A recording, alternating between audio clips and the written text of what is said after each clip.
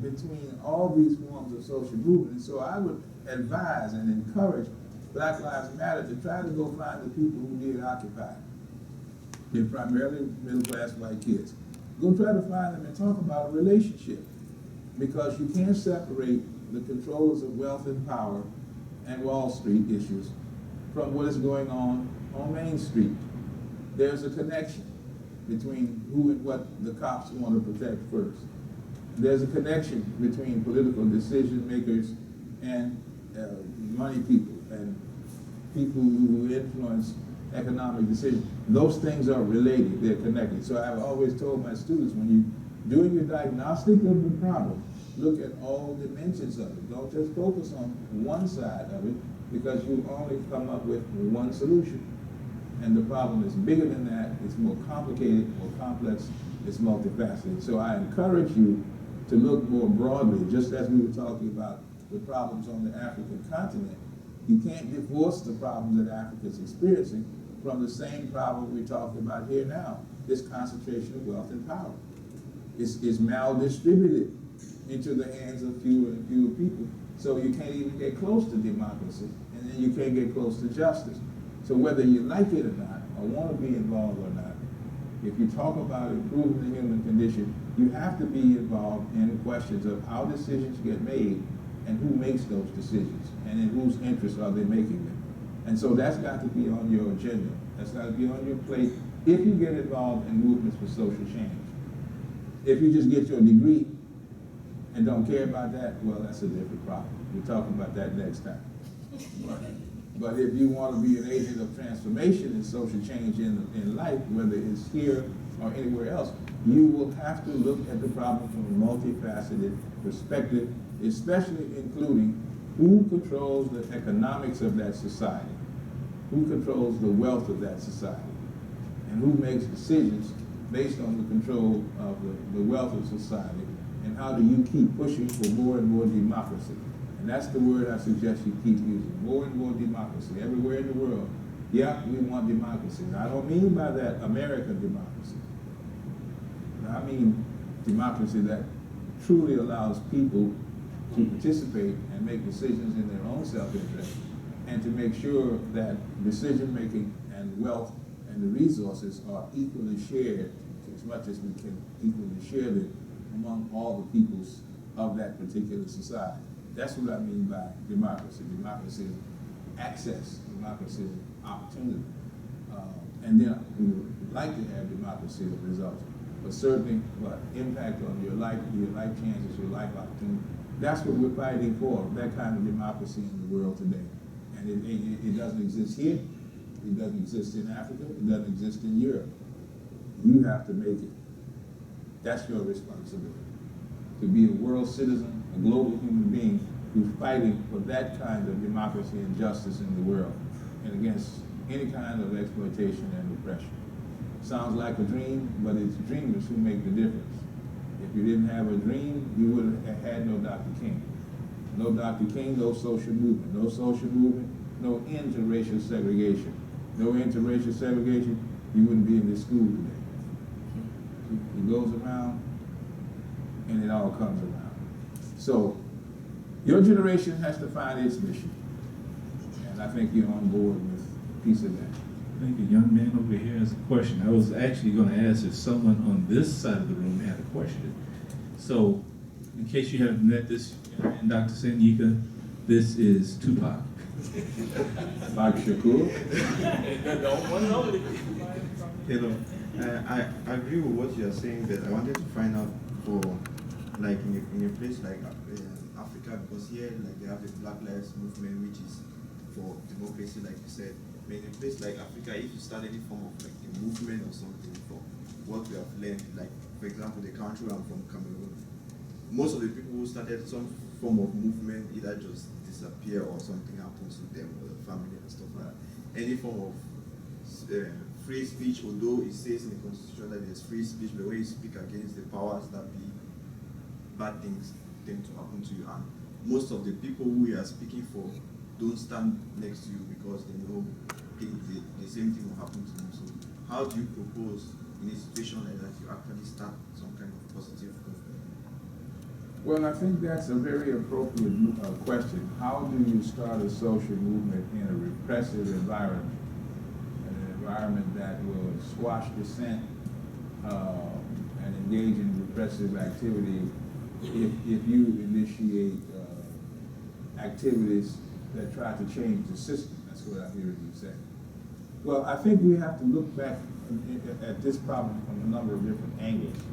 One of which was during the colonial era, like during the time when the Europeans were in direct control of African countries, and they were controlling the politics, without doubt the economics, they controlled the military, and they had instilled a fair degree of fear in many African countries, many African leaders, to not to resist, or to at least squash resistance, which is what the oppressors wanted to have done, to squash the resistance. But there's something about people that says injustice might last for a moment, but it shall not last forever. And you cannot squash within people the desire to be free. I don't care what you do. I don't care how many of them you kill, how many of them you lock up, how many of them you knock out. You cannot kill a people's desire for freedom. No matter how long it may take, you cannot kill a people's desire for freedom, and they will not accept oppression forever. So I start with that as an article of faith. And I start there because when colonialism was intact, you heard the same thing said in most every African country. We can't do this because if we fight against colonialism, the consequence will be we will be jailed, we will be killed. And that did happen. You know, we all, of course, know more about what happened in South Africa than most other countries because of the nature of racial apartheid and the recent work of Madiba, that is to say, Nelson Mandela. We know more about it in South Africa, but remember, the South African freedom movement paid a price. People were killed for their opposition to apartheid and to resistance. They eventually won, but they paid the price, and they suffered the consequence of their opposition. But we went from a period of colonialism to decolonialism, and we paid a price. But the resistance movement eventually beat that part of the colonial system.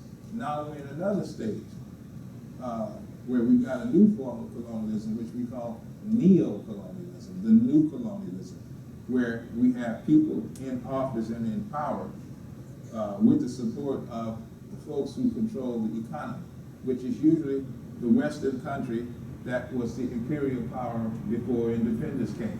Okay? So we got independence from colonialism, and we got these new people now in control. That's why they call neo-colonial. They do the bidding for the imperialist power outside of the country, or the class within the country that they represent as the new set of elites. Okay? But because of their unjust behavior, they will fall. Now, I can't tell you when, I can't predict all the circumstances, but I can guarantee you one thing that's for sure, my brother. They will fall because the people of your country will not tolerate being oppressed and exploited forever. There is opposition. You already said that. There's opposition in every African country where there's neo-colonialism. There is opposition. The question is, how long will that opposition take to materialize and to mature? And how long will it take for them to bring that system of oppression down?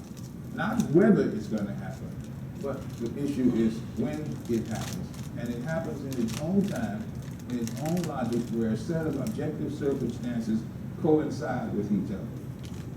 The regime is eventually going to do something stupid. It's going to get nervous, and it's going to react, and it's going to become very oppressive. It's going to start jailing people and murdering people. Because if people start taking to the street, you see, the contradiction of today is this. When people are resisting their oppression, they organize and take to the street. And the question in that society is, do they have the right for democratic protest? And if they do have the right for democratic protest, then the regime has to allow them to engage in political demonstrations, even when it challenges their power. And their response at that point is either to crack their heads and lock them up, right? Or to make reforms that they're suggesting to the system. In the meantime, the imperialist power, which is usually a white country in Europe or the United States, gets very nervous about human rights. You know what I'm talking about? They get very nervous. The money people get nervous about human rights because when the population becomes disrupted, it intrudes on the ability of the former colonial power to maintain that colonial relationship. You see, you have to have peace in the population to maintain colonialism and neo-colonialism. You can't have maintenance of the system of colonialism or neo-colonialism if you don't have a peaceful agreement among the population. Because if the population disagrees and becomes disrupted, the regime cannot stay in power forever. That's an inevitable law. And it brings down every regime that is unjust. And it doesn't matter whether it's in Cameroon or Nigeria or the United States or anywhere else. Invariably, they must make concessions or the regime will be destabilized. And so they're gonna lock somebody up. And they're probably gonna kill somebody too. But they cannot maintain the system without making major concessions to that population. And that's what's gonna happen in your country. That's what's gonna happen. Now, the other side of the issue is who has the courage to stand up and challenge that system, knowing what the risks are. The risk may indeed be your life. But if you're a warrior for justice, you know, that's part of the risk that you may take in being a justice warrior. That's part of the risk. You do everything you can to, you know, try to preserve life, however. But there is no guarantee of safety when you decide to stand up for justice. We learned that in the civil rights movement, because there was a lot of murdering that went on. Some of it from the government, many of us believe. But there was a lot of murdering that went on from, you know, white racists, Ku Klux Klan types, racial segregation types, you know, and some people believe that the government was involved in killings as well against our leadership. Particularly, some people believe that that the United States federal government had something to do with, you know, Malcolm and Martin and Medgar and other people that had something to do with their termination. And there's still debates about that. But I'm saying that it would not be unusual in your case for the national government to try to terminate the people who are the leadership of such a movement for fundamental change, and those who oppose it. It would not be unusual for that to happen, because it has happened in the past, and it is happening right now as we speak, and it's going to continue to happen. But we know that there's nothing that immoral power can do to stop a just movement for change. It simply can't stop it. It doesn't have what it takes to stop it, and it's never been able to stop it in the history of the world. Even in the most reactionary, fascist kinds of dictatorship, racist, Nazi-type regimes, you cannot kill the desire for justice. You simply can't kill it.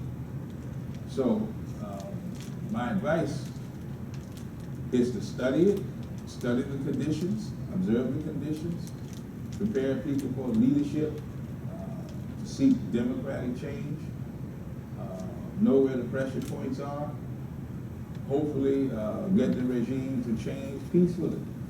That would be the hope and the desire. But as it intensifies, it may not always be a peaceful war.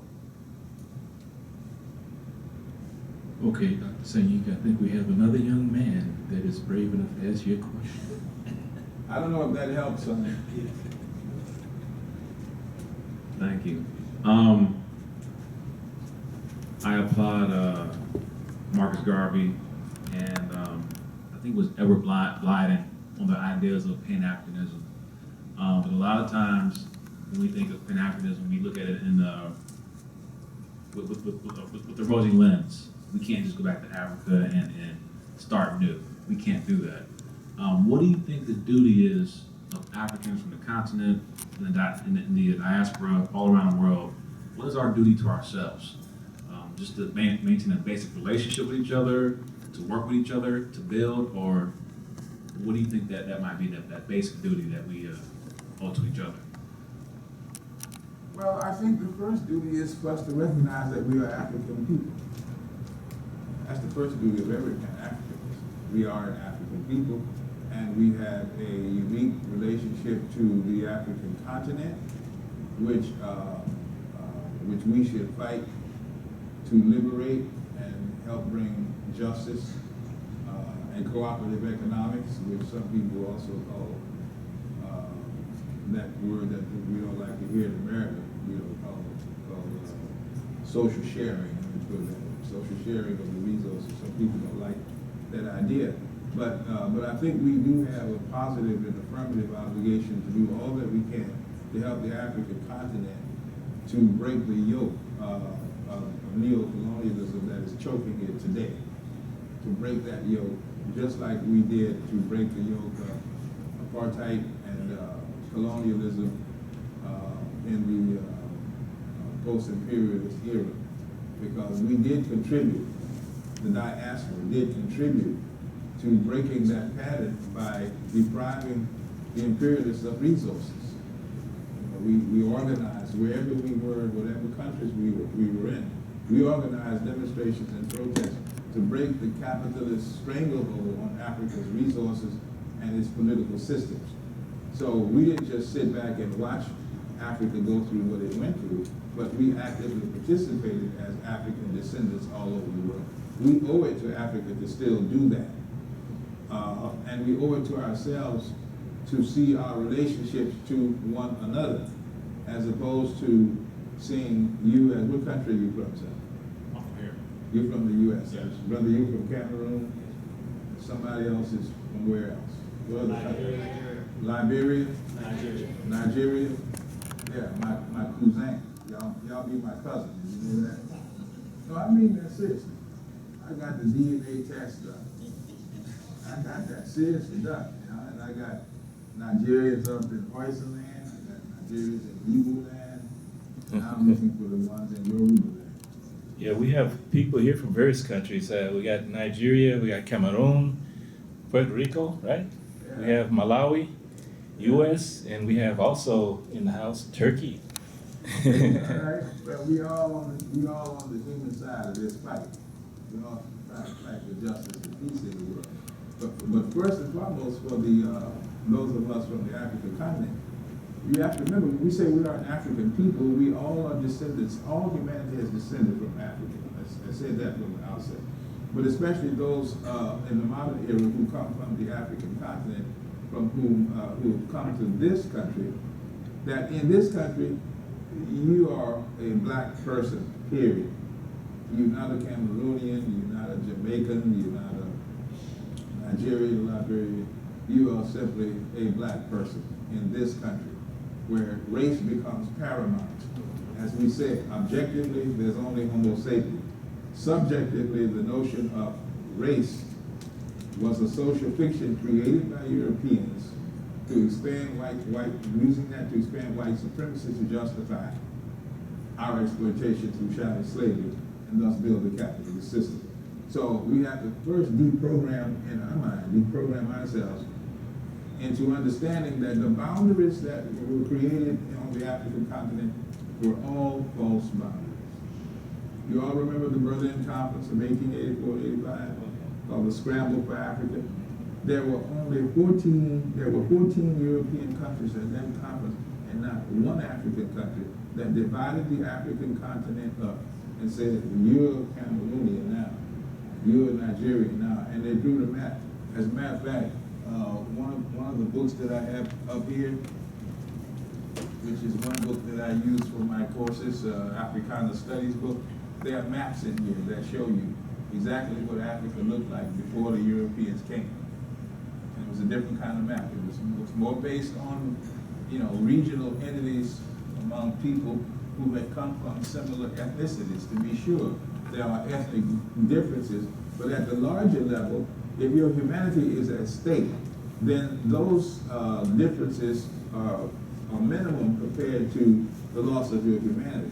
So what I'm saying is you have got to thus unify with each other around some essential and fundamental goals and objectives, because at the end of the day, in a European-dominated society, and remember this, in a European-dominated society, you are simply a black person. Or to use the word differently, use the N-word. You're one of the N's. Y'all know what N I'm talking about, right? Right? Yes. Well, that's who you are objectively in the social system. When you leave here, the police see you coming, they ain't looking for no Cameroonian, or Nigerian. Oh, they just see an N. They see a black man, and you are a threat to them for whatever reason. And that's how you will be treated. Or when you go through the rest of the systems, education, healthcare, you name it, social welfare, all of that, that you are first seen as a black person. And that's because America has this sickness which it calls race, in which there are those who are privileged, who gain privilege because they have been privileged by others who had the power to do so, to render themselves superior to you. So their deepest psychology automatically thinks of themselves as privileged.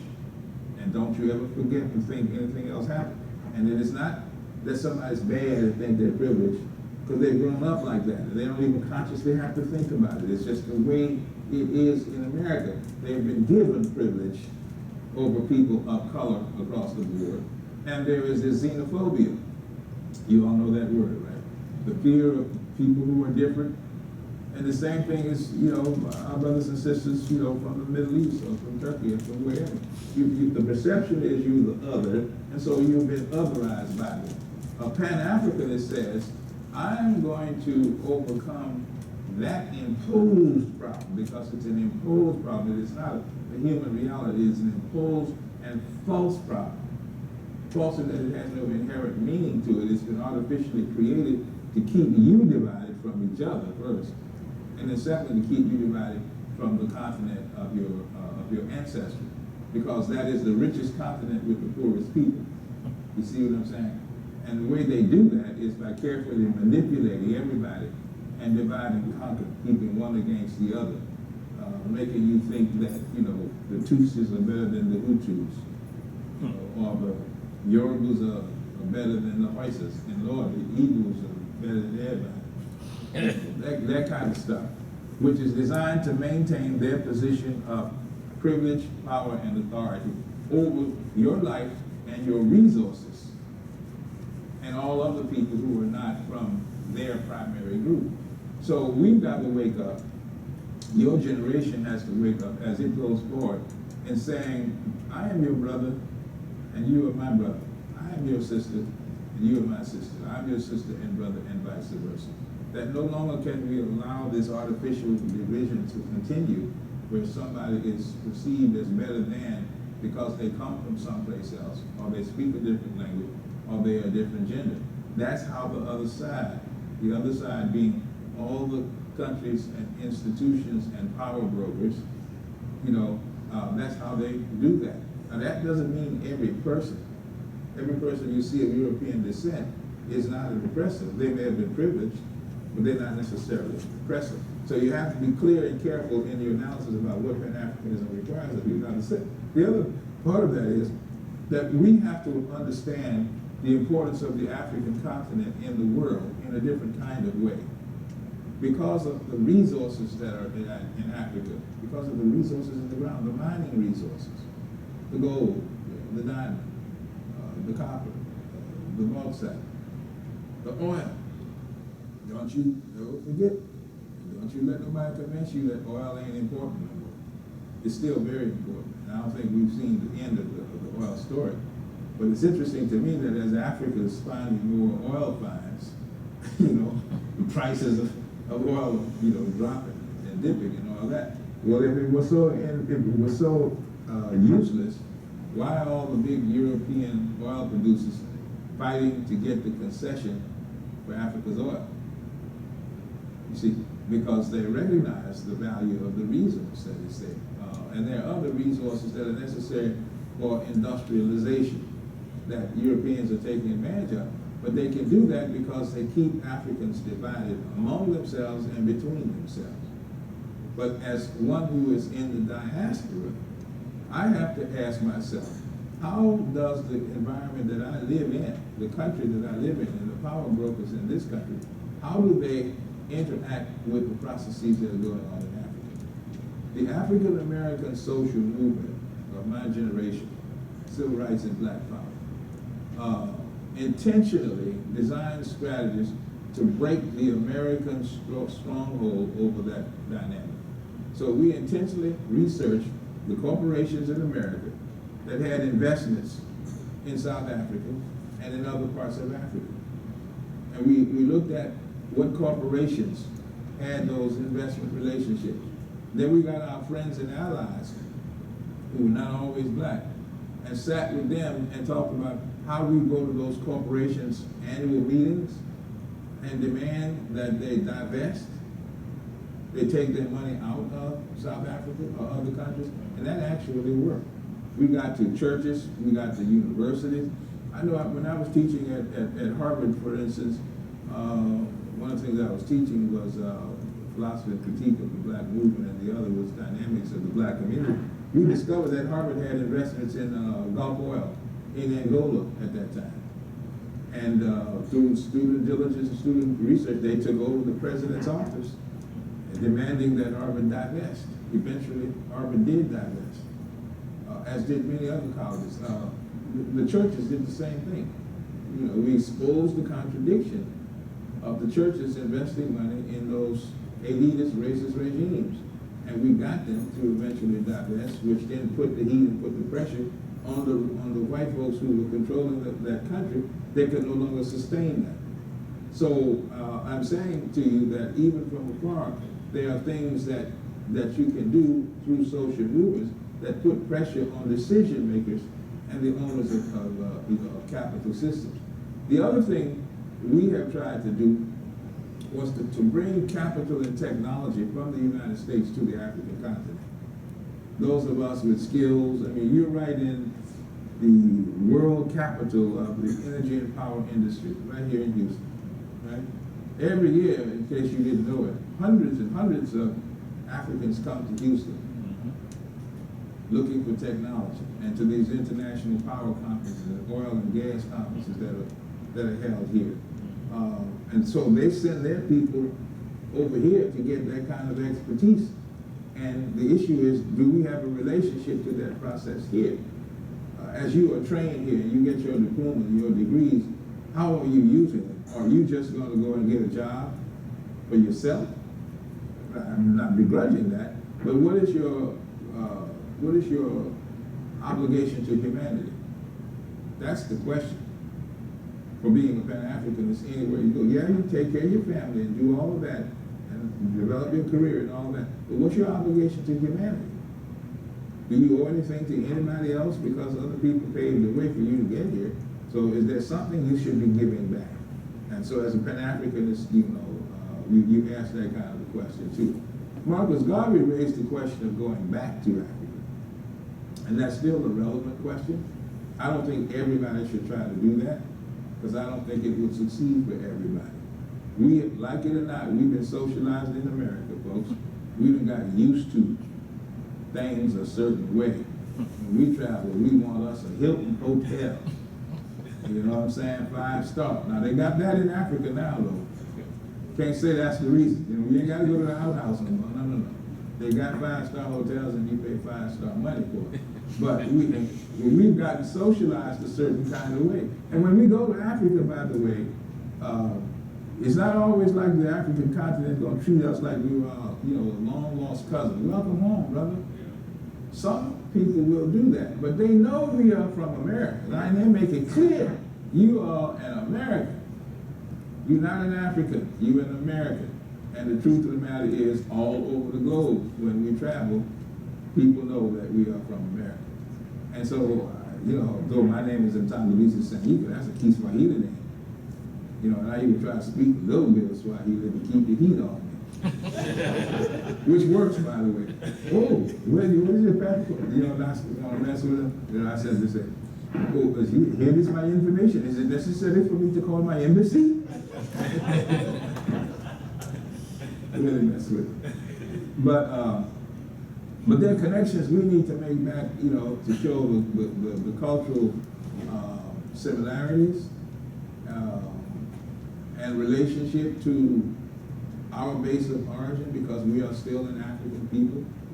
And we need to make sure that we take back the Africa that we want for our people, because the majority of our people are not going anywhere. And if you have a moral commitment to help humanity, then we first need to help our own kind, I think. And then, of course, we support things that are happening for other people too, but Africa is still the richest continent with the poorest people, because they've been ripped off by other people who have used Africa for their own self-interest. So Marcus Garvey gave us sound advice to raise our consciousness about Africa and to be proud of the contributions that the African continent has made to the whole world, to all of civilization. You know, the human family starts on the African continent. So we got, as humans, we got something to be proud of, but we want to help Africa develop its resources for its people and subsequently for us as well. Every group of people in this country likes to refer to their land of origin, do they not? The Chinese are still Chinese, Japanese are still Japanese, Jews are still Jews, Indians are still Indians, but for some reason in this country, African descended people shy away from Africa. In part because bad things always seem to be happening in Africa. Famine, disease, war. Oh no, I don't want to do that. That's them Africans. They wild over there. They crazy over there. But people don't understand that Europeans are the ones who facilitated the conflict in the first place. It wasn't just that they were fighting each other, but the Europeans who were the colonial masters have a lot to do with how and why the conflict took place in the first place.